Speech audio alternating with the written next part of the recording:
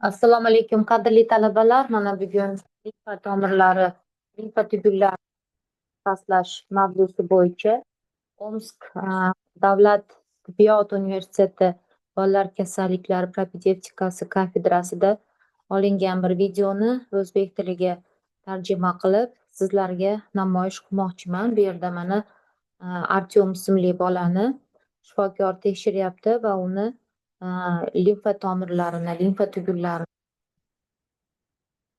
bu yerda bolani iloji boricha issiq xonada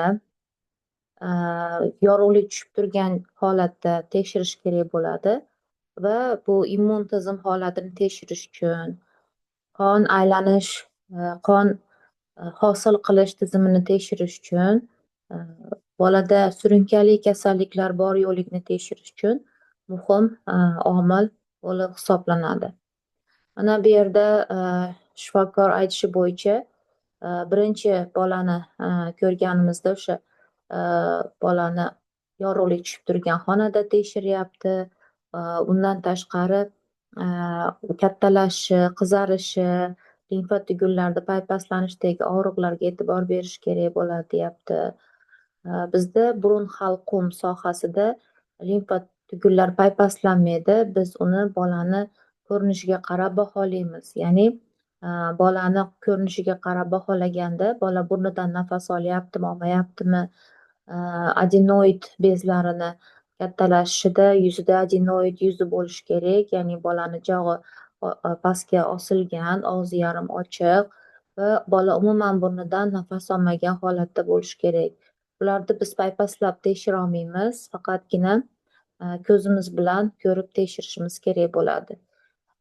Agar bolani gapirtirib ko'radigan bo'lsak, bola birorta bir savolimizga javob bersa, unda hech qanaqa bir muammo bo'lmasa, bolada demak hech qanaqa burun halqum limfa tugullariga doir muammolar bo'lmaydi. Buning uchun mana bolaga savol beradi va savol berganda bolani ovozi yaxshi chiqyapti va bu hech qanaqa burun halqum limfa tugullarini shishmaganligi haqida dalolat beryapti. Keyingisi bolani og'iz bo'shlig'ini tekshirish kerak bo'ladi.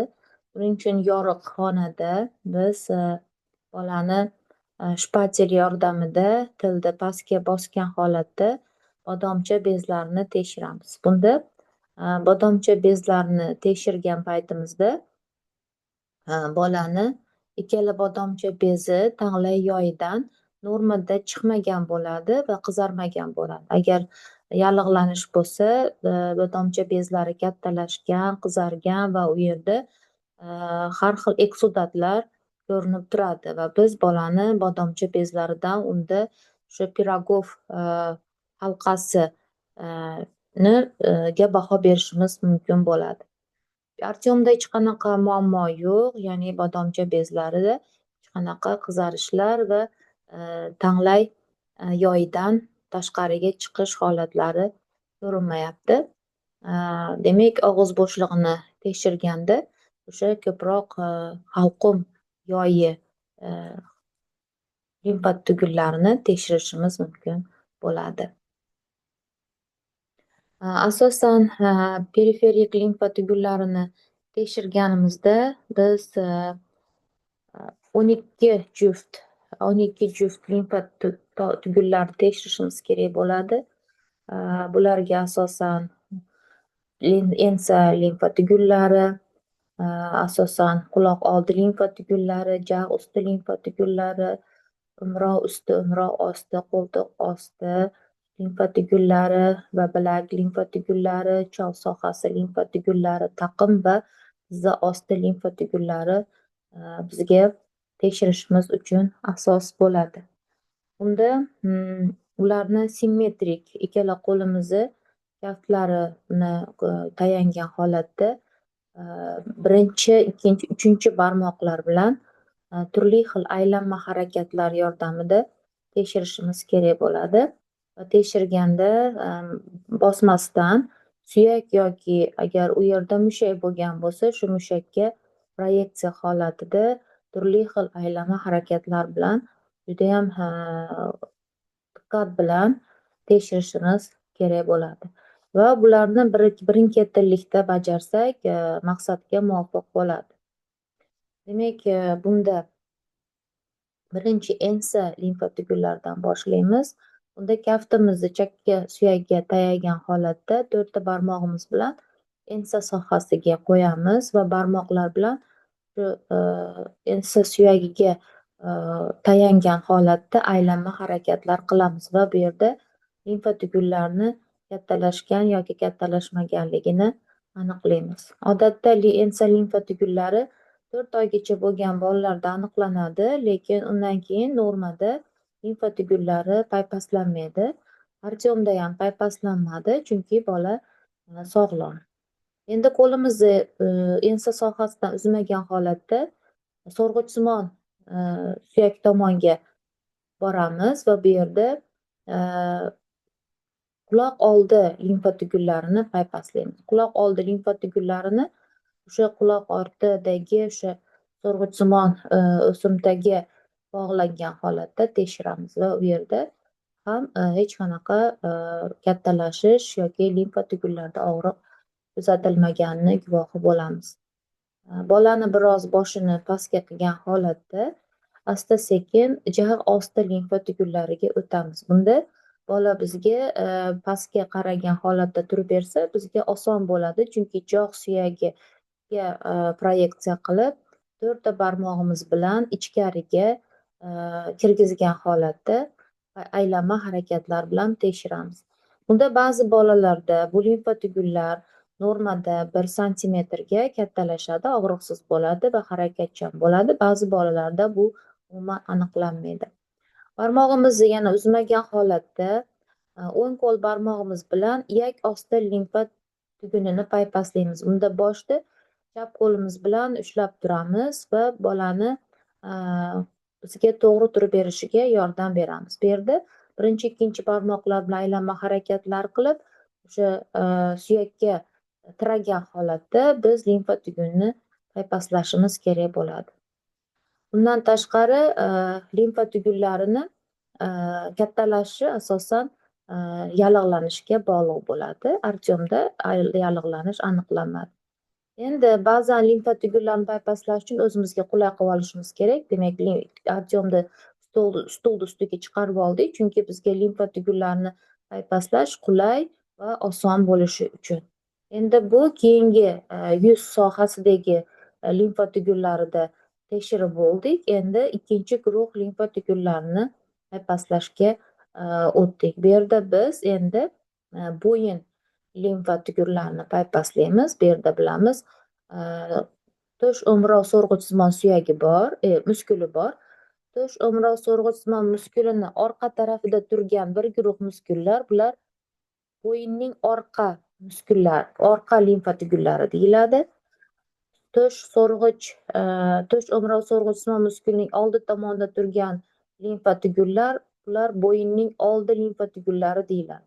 Buning uchun bo'yinda oldi limfa tugullariga barmoqlarimizni 3tasini simmetrik holatda tush o'mrov so'rg'ichsimon muskuliga bosgan holatda paypaslab ko'ramiz. Mana ko'ryapsiz, ichkariga botirgan holatda barmoqlarini judayam nafis harakatlar bilan aylanma harakatlar qilib paypaslayapti.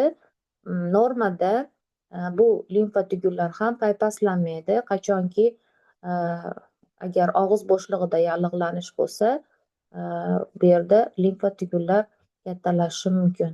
Bolani boshini biroz bir tomonga yonboshlatgan holatda orqa bo'yin limfa tugullarini paypaslanyapti. Mana osonroq bo'lishi uchun ikkala qo'lda va bir qo'lda paypaslanyapti. Demak, bolani biroz bir tarafga og'dirgan holatda o'ng qo'limiz bilan navbat va navbat bo'yinning orqa limfa tugullarini paypaslayapti. Bu yerda bola og'riq sezmaydi va limfa tugullar paypaslanmaydi. Keyingi limfa tugunimiz bu yerda o'mrov usti va o'mrov osti limfa tuguni hisoblanadi. O'mrov usti limfa tuguni, mana bu yerda o'mrov suyagi bor. O'mrov suyagiga botirilgan holatda, ya'ni tayangan holatda o'mrov usti limfa tugunini paypaslashimiz kerak bo'ladi. Bu ham normada paypaslanmaydi. Qachonki nafas tizimi kasalliklarida bu o'mrov usti limfa tuguni paypaslanishi mumkin. Va keyingisi o'mrov osti limfa tuguni bo'ladi. Buning uchun mana bu mushakga bog'liq holatda o'mrov ostini paypaslaymiz va bu yerda mana bu yerda o'sha qo'ltiq osti sohasida, oldingi qo'ltiq osti sohasidagi mushak bilan birgalikda bu yerda tarakal limfa tugunlarini paypaslashimiz mumkin bo'ladi. Tarakal limfa tugunlari paypaslanishi hammasi quyidagi holatda bo'ladi. Keyingisi bolani qo'lini samolyot qilib turgizdiramiz va bolani shu holatda turishini iltimos qilamiz. Endi qo'limizni qo'ltiq osti sohasiga perpendikulyar holatda qo'yib olamiz. Ya'ni kaftimiz qovurg'alarga tayangan holatda barmoqlarimizni qovurg'a ostiga qo'yamiz va bu yerda o'rnashtirib olganimizdan keyin Artyomga qo'lini tushirib turishni iltimos qilamiz. Shunda biz bemalol mushaklarga kuch kelmagan holatda qo'ltiq osti limfa tugunlarini paypaslash imkoni bo'ladi va aylanma harakatlar bilan qovurg'aga tayangan holatda paypaslaymiz. Normada qo'ltiq osti limfa tugunlari qo'limizga bilinadi, lekin og'riqsiz va harakatchan bo'ladi. Keyingisi bilak limfa tugunlarini paypaslash. Buning uchun qo'limizni tirsak sohasiga qo'yamiz va bilakni 180 gradus holatda bukamiz. 180 gradusda bukib, ikki boshli muskulning payi bo'ylab paypaslaymiz.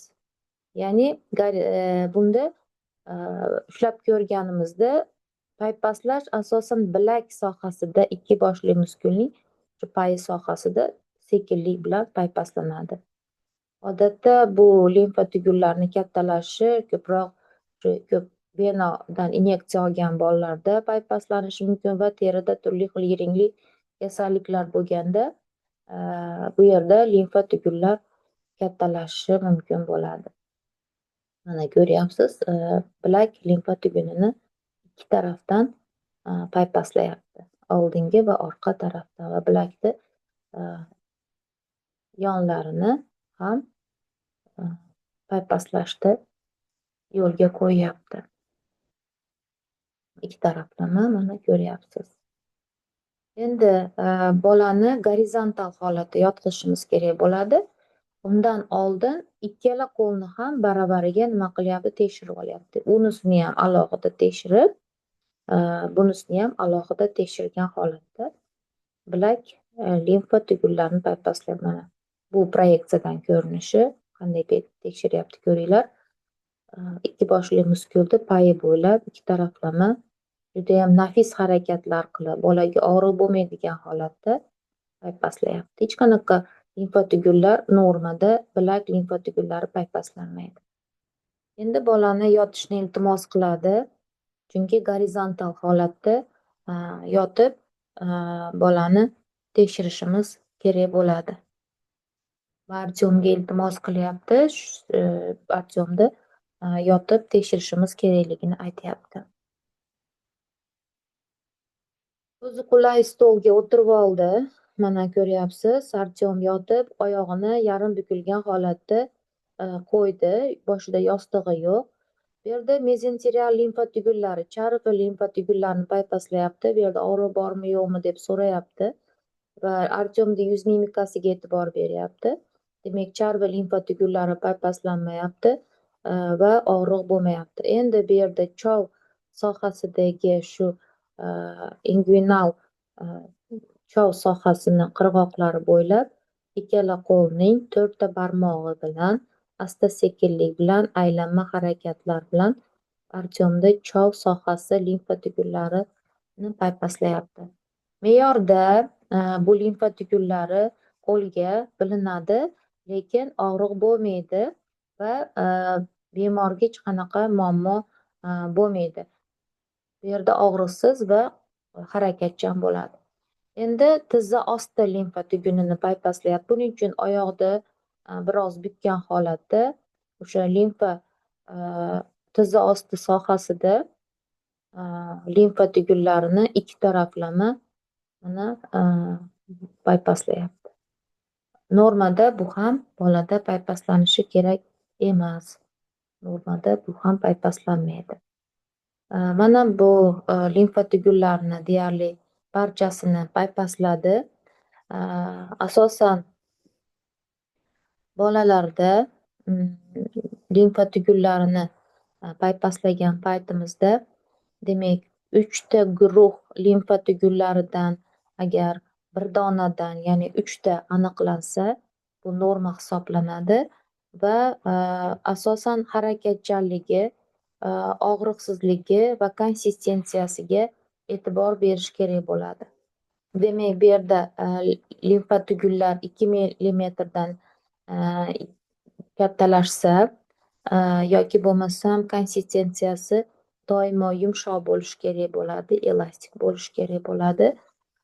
Harakatchanligi muhim, ya'ni bypasslaganda uni boshqa to'qimalarga aralashib ketmaganligi yoki boshqa to'qimalardan ajralib turishi muhim bo'ladi. Og'riqsiz bo'lishi kerak, ya'ni o'sha ushlab ko'rganda og'riq bo'lmasligi muhim bo'ladi. Ya'ni 3ta guruh limfa tugunidan 3tagacha aniqlanishi mumkin. Bu narsa tabiiy hisoblanadi. Agar undan ko'p limfa tugunlar aniqlansa, og'riqli bo'lsa va konsistensiyasi qattiq bo'lsa yoki o'ta yumshoq va u yerda qizarish belgilari yoki fluktuatsiya belgilari bo'lsa, demak, bu limfa tugunlarida muammolar borligidan dalolat beradi. Shuning bilan mana bugungi limfa tugunlarini bypasslash haqidagi taqdimotimizni tomosha qildingiz. Mana shu taqdimotdan keyin barchangiz o'zaro shu limfa tugunlarini bypasslashni bir qator ko'rib, bir qator takrorlab olishingiz mumkin. Marhamat. E'tiboringiz uchun rahmat.